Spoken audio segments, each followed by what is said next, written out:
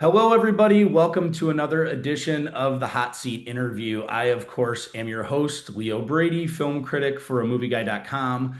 And my guest today is somebody who does not really need that much of an introduction because she is one of the best actors doing it today. In the past, she has won a Golden Globe. She has won an Emmy. She has won the Oscar. And we're here today to talk about her excellent new film, The Knife. This is the great actress, Melissa Leo. Melissa, thank you for being with me here today. Oh, thank you so much, Leo. Yeah, so we start this show with the same question for everybody that I interview, which is what movie for you? What's the movie that comes to mind that made you say, that's it, I want to be an actor? Oh, I didn't see movies until long after I knew that I wanted to be an actor. I in New York City in the 1960s, when I was a little girl, there was, and now there reside up in Glover, Vermont, a puppet theater called the Bread and Puppet Theater that Peter Schumann and his wife Elke. Uh, and as a very, very small child, I was invited in to work with them on these puppet shows. Very radical theater. And we had worked on building puppets and stuff like that, and then we did it, and I got to go and work with all these grown-ups pretending, and they were so serious about their pretending. It was just wonderful. Yeah. And then one night we went over to do the pretending again, and these people came and they sat down and they believed the pretending. It was marvelous. And it took me many years to find out that there was something called acting and that people could do that. And that was, by God, what I was going to do, come hell Yeah. or high water.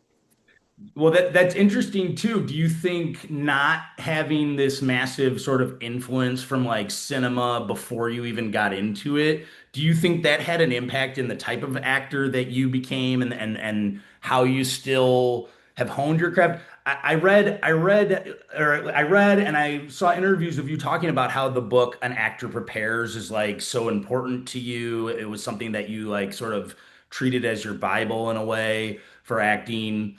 Is that whole process of acting still something that you lean on to this day, or have you maybe changed your process as you've gone through it all? Oh, you're asking such interesting things. You're asking two things at once. Yeah. And Actor Prepares is an amazing book that manages to talk about acting in a way that one can understand, Yeah. because acting really is something that's very hard to talk about, and one shouldn't really talk about it. Yeah. Which brings me round to the first part of your question that I never thought of, Leo. It's part of why I love to do these silly old interviews. Yeah. First of all, I really want to promote this film and get people out to see it. This film, of anything I've ever done, I really want people to see. Yeah. But I think you're totally onto something. Yeah. I think a lot of people, when they're asked that question, say, "Oh, I saw that up there. I Mm. wanted to be that." Yeah. An imitation. No, for me, it was a comfort to the awkward, shy, uncomfortable child that I was and still am. Yeah. And to put on a character and to play with others, pretending characters. And then, like in The Knife, where there's all that tension amongst us, Right. we loved each other so much on the set. Yeah. We're having a wonderful time doing wonderful work. Yeah. So that's very interesting that you asked that. Thank you. Yeah. Yeah. I mean, I think I look at the start of your career too, and you know, I, I've talked to a lot of fellow film critics, friends, and it definitely probably has something to do with Andre Brower's recent passing, but it's like I look at, you being a part of Homicide, Life on the Streets, that show, it was kind of like the gateway Law and Order in a way, but and I look at that entire cast of actors that you were a part of, I looked at the list. Jeffrey Wright, Giancarlo Esposito, Edie Falco was on it at one point. Like, do you credit a show like that to be surrounded by a collection of actors who are also sort of in that type of mode of like, let's pretend and let's get in the sandbox and make this show come to life? Some actors are more willing to play than others, Yeah, and one of the other things with Homicide was look at the list of directors that we worked with, yeah, and there were directors who were just starting out because yeah, Tom Fontana didn't want to hire established; he wanted to hire interesting, and every episode in the beginning anyway. yeah, Directed by somebody else. It's thrilling to be around other people who um, are as nutty about it as I am. That's yeah, absolutely true. yeah. Yeah, it does indeed feed you. And every once in a while you work with people who aren't that interested, and you wonder, why are you here then? This is like such special work. Right, Like, right. Yes, yeah, I can imagine that being either both frustrating, but also, a unique challenge in the moment. Well, and it's interesting to sort of piggyback off of that. I wanted to ask you about working with Nnamdi Asomugha.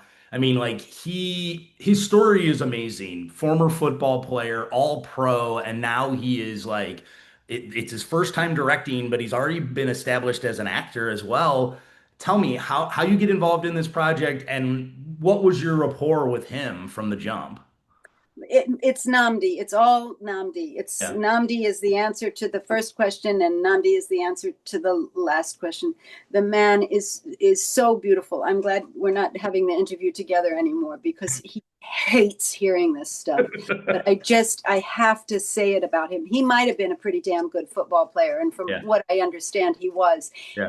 And very importantly, not the star of the team, but beloved, Yeah. and no doubt beloved because he played for his team. Right. Right. And so to be doing this movie, that might be a long way behind him, thank goodness for his mind and his body, but it is still with him. Yeah. And he directed us as a team. Yeah. It was an incredible part of it. But beyond that, I think that what has happened, and I have the greatest joy to be there at the very beginning, like thinking back to those directors of Homicide. Yeah. Yeah. Um, he's a director. Yeah. Whatever else he did in his life before, Yep. this guy has got to continue directing things. Yeah. He's on to something. It's interesting. It matters. He seems to understand that what's happening when we're making the movie might have something to do with how the movie comes out in the end. Yeah. He kept it in a certain size, maybe because he had to, but also because it works. And I have traveled many places in the world and across the United States sharing this film with him at film festivals, and I'm delighted that he brought me along on so many occasions of that, because to feel people responding to this thing that he made happen. I wasn't that interested in the script. Yeah. He made me interested in doing it, and I have not regretted for a single second that I took on that role and worked with him. And I just pray to God that he doesn't think of me as Detective Carlson forever and gives me another job another day. Yeah, well, okay, and then I wanted to ask you about playing a role like this. I mean, I think what is so impressive about your performance as the detective in this film is that you do have to walk a fine line Mm. of kindness, manipulation, really the wheels turning in your head and how you're turning the screws on the characters that are inside the house, that on this family. Is that something that you are really making sure you don't go over the edge? Like, how do you find that happy medium of that? Well, first of all, it's in the way that Nnamdi wrote the script, Yeah. right? Because there's a progression. Yeah. She comes in, she's tired, she wishes she didn't have to be here, but here's where she's got to be. Yeah. Oh, this is kind of interesting. Look at this little family here. Why are they all so scared? Yeah. Right? Okay, well, let me talk to them. And I'm going to talk to them one by one because that's how I'll get the best information, as she says in the movie. Yeah. And the first person she talks to is clearly not being straight with her. Right. Right. What's that about? Yeah. And she tries to gentle her and let her know, look, I know I'm a white lady in your house, but I'm not your enemy. Yeah. She can't say that, unfortunately, Hmm. but she tries. And then the evening wears on, Yeah. and nobody's being straight with her. Yeah. And police know when somebody's not being straight. That's kind of one of the biggest parts of their job. Right.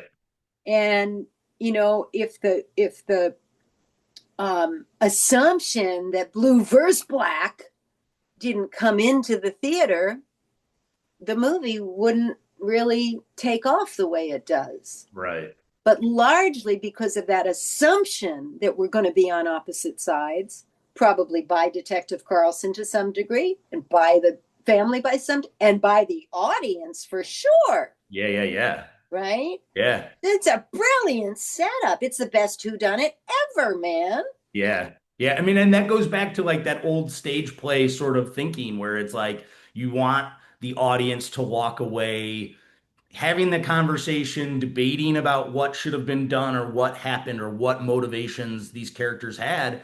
I think that speaks to the performances, your performance, and the film itself. I mean, it's really quite an accomplishment. It feels so. I'm so Yeah. glad to hear people who watch a lot of film Yeah. say the same thing. Yeah, well, okay. They're telling me to wrap. One last question before I let you go. Now, you've won all these awards. You've won the Oscar, you've won the Emmy, you've won the Golden Globe. When you've reached that sort of peak, when you've reached that sort of acting a little bit mountaintop, as some might say, for you, was it kind of like, is it kind of like a reset? Do you go back? I mean, I even noticed in your filmography that you've done like short films in between here and there. Is it something for you that it's like, now that I've achieved that, if that's the top of the hill, now I have to go back to my roots and yes, maybe it'll lead to it leads to more great performances such as this, but is that something that Mm. you even think about? I wish I had so much choice in my life. Yeah. My life is a little bit more like the movie The Knife. Happen. You don't mean to have them happen. You wonder what was that happened. Yeah, right. Uh, I no, I was never an actress that dreamt of winning an Oscar. I had no notion of what that whole scene is. Yeah. It's felt a little bit of a difficulty for me in many ways. I'm very proud of my performance as Alice Ward in The Fighter, Yeah. but she's 20 years older than me. Right. And so I feel at this point I'll be 65 in September. I just became a grandma. I am ready to enter this final chapter, not to say that it's a short chapter, but Yeah. it might be a very long chapter, I hope. Yeah. And just keep acting my balls off wherever they'll let me. Yeah. I love it. And you continue to prove that you are a pro at your craft. Your performance in The Knife is excellent. I so appreciate you sitting down to talk with me about this, and I can't wait for people to see it. The Knife is in theaters nationwide August 15th. Melissa Leo, thank you so much for talking with me today. Oh, thank you, Leo Brady. Yes, we'll talk soon. Good. Awesome. Thank you. Thank you.